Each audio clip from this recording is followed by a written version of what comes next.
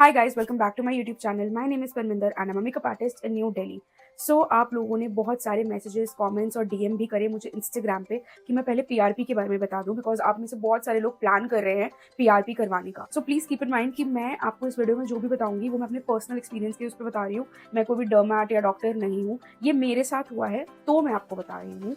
और मेरा ये सब कुछ पर्सनल एक्सपीरियंस है। आप अपने डॉक्टर से या इधर उधर से आप रिसर्च कर सकते हो। Please don't rely on me only, ठीक है ना। तो अब स्टार्ट करते हैं कि मैंने कहाँ से करवाया था। मैंने करवाया था दिल्ली के एक बहुत ही रिनाउंड जगह से। एक डॉक्टर है जो इंस्टाग्राम पे बहुत ज़्यादा फेमस है। आई एम वेरी श्योर 90% लोगों ने उनके बारे में सुना ही होगा। And she is Insta famous and उनके पास बहुत भीड़ होती है। उनकी काफ़ी सारी ब्रांचेस भी हैं। और मेरे साथ साथ मेरी एक फ्रेंड ने भी हेयर पीआरपी करवाया था। तो when I went to her, तो उन्होंने मुझे बताया कि मेरे को सिर्फ पीआरपी नहीं करवानी है, मुझे मीजो हेयर थेरेपी भी करवानी है, जिसमें कि ये होता है कि जो आपका हेयर फॉल है बहुत ज़्यादा हो रहा होता है तो उसको पहले कंट्रोल किया जाता है, तब जाके पीआरपी की जाती है ताकि आपका हेयर ग्रोथ हो सके। ये उन लोगों ने मुझे बताया था ऐसा ऐसा कि हम आपको 3 सेशंस जो हैं वो पीआरपी के देंगे, पर उससे पहले 3 सेशंस हम आपको मीजो थेरेपी के देंगे।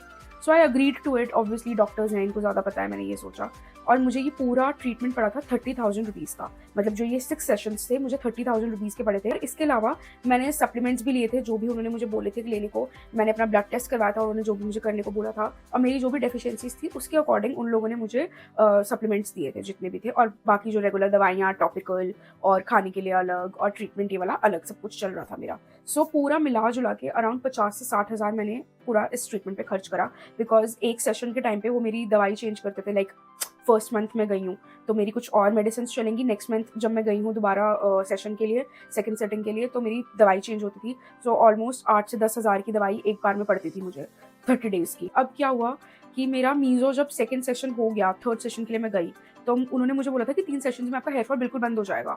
बट मेरा हेयर फॉल वैसा का वैसा ही था। तो मैंने उनको बोला कि मुझे कुछ भी मतलब फ़र्क नहीं पड़ा है, आपने बोला था कि मेरा जो हेयर फॉल है वो बंद हो जाएगा, तब जाके हम पीआरपी स्टार्ट करेंगे। सो उस पर उनका रिस्पॉन्स ये था कि नहीं, शायद आपकी डेफिशिएंसीज़ की वजह से हो रहा है, आप ये टेस्ट करा लो, वो टेस्ट। मैंने फिर भी सारे टेस्ट करवाए, पर मुझसे एक गलती हो गई कि मैंने ना जब पेमेंट करी तो मैंने वन शॉट पेमेंट कर दी थी। मैंने 30,000 रुपीज़ मतलब फर्स्ट टाइम में ही उनको दे दिए। तो मुझे लगा कि मुझे ये नहीं करना चाहिए था।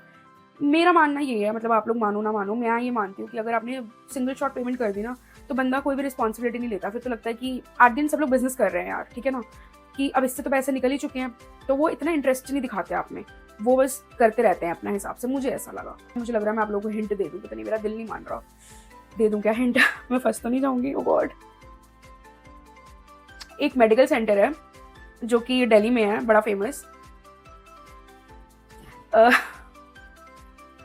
जो कि बहुत फेमस है। मतलब मैं हिंट दे देती हूँ। जैसे हमारे इसमें रिश्तेदारी होती है ना, चाचा चाची, ताई, मामा मामी, दादा दादी, दादू, बुआ फुफड़, मामा मामी, ठीक है। अब इसमें से समझ जाओ, जो समझदार है उनको इशारा समझ आ गया होगा।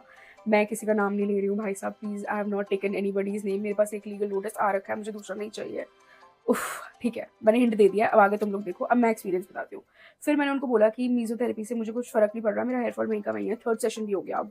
फिर उन्होंने मेरा पीआरपी शुरू करा। अब मेरी दवाइयाँ भी चल रही हैं। एंड इससे पहले कि आप लोग मुझे कमेंट्स में इतने बड़े बड़े कमेंट्स लिखते हैं कुछ लोग कि अरे सिर्फ ऊपर से लगाने से नहीं होगा, अपनी हेल्थ का भी ध्यान रखो, वेट भी लूज़ करो, this and that. While all this was going on, तो मैंने काफ़ी ज़्यादा वेट लूज़ कर लिया था। मैं पिक्चर ऐड कर देती हूँ यहाँ पर। मतलब मैंने अपना पूरा ध्यान दिया था हेल्थ का, इंटरनली एक्सटर्नली, जो डेफिशिएंसीज थी, प्रोटीन रिच डाइट, ये वो सब कर लिया था मैंने यार। मतलब कोई बोलता ना कि चाँद पे चढ़ना बाकी है, बस मैं वो भी कर लेती। बट मेरा जो रिजल्ट था हेयर पीआरपी का मुझे अच्छा नहीं लगा। मतलब फ़र्क पड़ा तो 19-20 का फ़र्क पड़ा। पेइंग 60,000 रुपीज़, ये फ़र्क तो मैंने अपने खुद घर पे बैठे बैठे डर्मा रोलर और ऑयल्स और सिरम्स के साथ कर लिया। मैंने हिट एंड ट्रायल कर करके, यहाँ से प्रोडक्ट मंगवा, वहाँ से मंगवा, इधर से मंगवा, उधर से मंगवा, कर करके चीज़ें ट्राई अपने ऊपर, तब मैं जाके आप लोगों को शेयर कर रही हूँ कि मेरे साथ ये हुआ है। अब आप लोगों के साथ हो सकता है आपको बहुत अच्छी सूट कर जाए हेयर पीआरपी, बट मुझे नहीं करी। अब मेरे साथ साथ मेरी एक और फ्रेंड ने करवाया था, उसका भी सेम रिजल्ट है। मतलब उसको भी कुछ खास रिजल्ट मिला नहीं है। और हाँ, मेन बात क्या हुई, जब मेरी दवाइयाँ चेंज हो रही थी तो उन्होंने मुझे लास्ट में बोला कि आप ना अब फिनेस्ट्राइड लेनी स्टार्ट कर दो। अब फिनेस्ट्राइड शुरू करने से पहले they wanted me to sign a document जिसके ऊपर की लिखा हुआ था कि दे आर नॉट रिस्पॉन्सिबल अगर मुझे फिनेस्ट्राइड से कोई भी साइड इफेक्ट होता है। मैंने सोचा यार, ऐसी आप मुझे क्या दवाई दे रहे हो जिसके कि मुझे ऐसे साइड इफेक्ट्स होंगे और आप मुझसे साइन करवा रहे हो कि हमारी कोई जिम्मेदारी नहीं है। सो मेरा थोड़ा वहाँ पे मतलब सटक गई कि भाई ये क्या हो रहा है मेरे साथ। तो मैंने उनको बोला नहीं अभी इसको होल्ड पे रखते हैं, let me talk to my parents, मैं घर पे किसी को तो बताऊँ कि मैं ऐसे कहीं पे भी डॉक्यूमेंट थोड़ी साइन करके आ जाऊँगी। सो व्हाट हैपेंड इज़ उस टाइम पे जब मैंने ये करा तो मैं एक ऑलरेडी फार्मा कंपनी में काम कर रही थी। I was working as a content writer there. तो मेरे बहुत सारे कलीग्स जो थे मेडिकल बैकग्राउंड के थे, जो कि एम्स और सफदरजंग के डॉक्टर्स के साथ मिलकर रिसर्च पेपर्स लिखते थे। बहुत मतलब अच्छे लेवल पे थी वो कंपनी। तो मैंने अपनी एक फ्रेंड से पूछा, कलीग से पूछा कि यार ऐसे ऐसे मैं ट्रीटमेंट ले रही हूँ और वो मुझे बोल रहे हैं कि फिनेस्ट्राइड ले ले। तो शी सेड नहीं मत ले। मैंने बोला हाँ वो मुझे कह रहे हैं कि डॉक्यूमेंट साइन कर दो, अगर आपको साइड इफेक्ट्स है तो हुए तो हम रिस्पॉन्सिबल नहीं है। और साइड इफेक्ट्स में यहाँ पे मेंशन कर देती हूँ क्या क्या साइड इफेक्ट्स होते हैं, डिप्रेशन और बहुत सारी चीज़ें। सो मैं इतनी भी ज़्यादा डेस्परेट नहीं थी कि भाई मुझे इस लेवल पे जाकर अपने बाल वापस जाए। It's okay, it's happening with the entire world, हम अकेले नहीं हैं। तभी आप देखोगे पहले ये जो विग्स और ये सब टॉपर्स होते थे इनकी कोई मार्केट नहीं थी। अब आप देख रहे हो हर दूसरी ब्रांड आ रही है। आप लोकल मार्केट्स में जाओ, लाजपत वगैरह कहीं भी जाओ, इतनी सारी शॉप्स खुल गई हैं विग्स की, हेयर एक्सटेंशंस की, इसलिए because it is happening with everyone.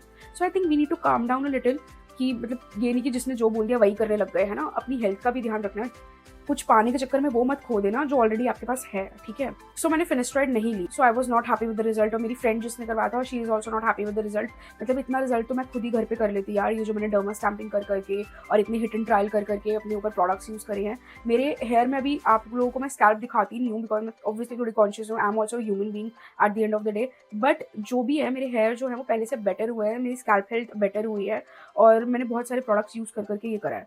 सो अब मैं आपको बता देती हूँ कि हेयर पीआरपी में होता क्या है। So what they do is कि आपका ब्लड लिया जाता है और उस ब्लड में प्लेटलेट रिच प्लाज्मा जो होता है उसको यूज किया जाता है। उसके अंदर शायद कुछ मेडिसिन डाली जाती हैं एंड देन वो आपके स्कैल्प में इंजेक्ट किया जाता है। अब वो करने से पहले वो मेरे को डर्मा रोलर करते थे और मेरे स्कैल्प में वो लोग नमिंग क्रीम भी लगाते थे। अब नमिंग क्रीम तो लगाते थे but oh my God it is hell painful, बहुत दर्द होती है यार। वो नमिंग क्रीम का कोई खास असर होता नहीं है।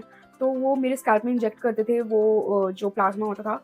उफ, बहुत पेन होता था और मतलब मेरे लिटरली आंसू निकल जाते थे। अब मुझे नहीं पता कि मेरा पेन थ्रेशोल्ड इतना नहीं है या आप लोगों का होगा या क्या, व्हाटएवर, मेरा ये था।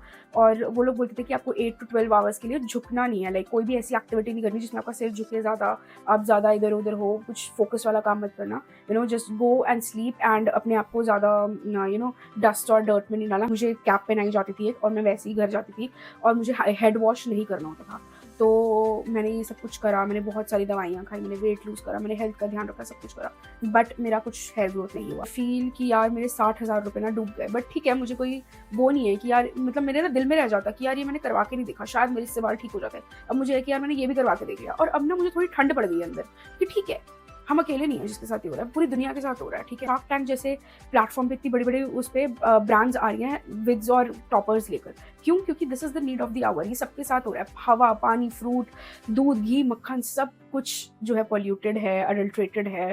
तो अब क्या करेंगे यार, कहीं तो असर दिखेगा ना। So I think calm down and हर चीज़ का सॉल्यूशन होता है, नहीं होता है तो प्लीज़ मेक श्योर कि you embrace what you have and कुछ पाने के चक्कर में कुछ वो मत खो देना जो आपके पास ऑलरेडी है, ठीक है। So that's it for the video today and please guys, अगर आपको ये वीडियो हेल्पफुल लगती है या आपका कोई नोन में जो है हेयर पीआरपी करवाने की सोच रहा है, then do share it with them. उनको पता लग जाना चाहिए कि देखो यार, जो ब्रांड्स हैं और जो ट्रीटमेंट सेंटर्स हैं, सब लोग ना अच्छा रिजल्ट ही पोस्ट करते हैं। कोई ये नहीं बताता कि किसके लिए ये चीज़ वर्क नहीं करी।